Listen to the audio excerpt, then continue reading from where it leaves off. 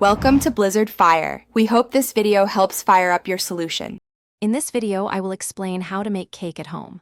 First, gather all your ingredients, like 2 cups of all-purpose flour, 1 cup of granulated sugar, and 1/2 cup of softened butter. Make sure your eggs are also at room temperature. This helps everything combine smoothly. Don't forget to preheat your oven to 350 degrees Fahrenheit. This ensures it's ready when your batter is mixed, leading to a perfectly baked cake. Now let's get mixing. In a large bowl, cream together your softened butter and sugar until the mixture is light and fluffy. This step is crucial for a tender cake. Next, add your eggs one at a time, beating well after each addition to fully incorporate them. Finally, gradually add your dry ingredients to the wet mixture, mixing only until just combined. Overmixing can make your cake tough, so be gentle.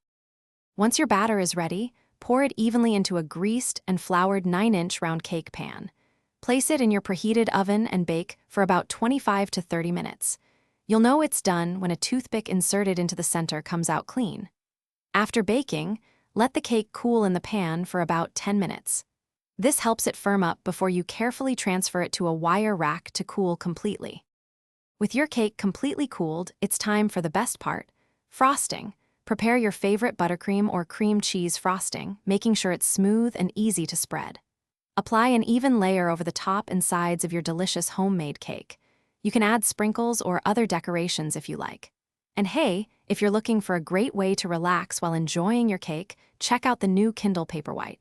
You can find a link to it, along with other deals, in the description below. Enjoy your amazing creation. Thanks for watching. If you found this helpful, don't forget to like and subscribe.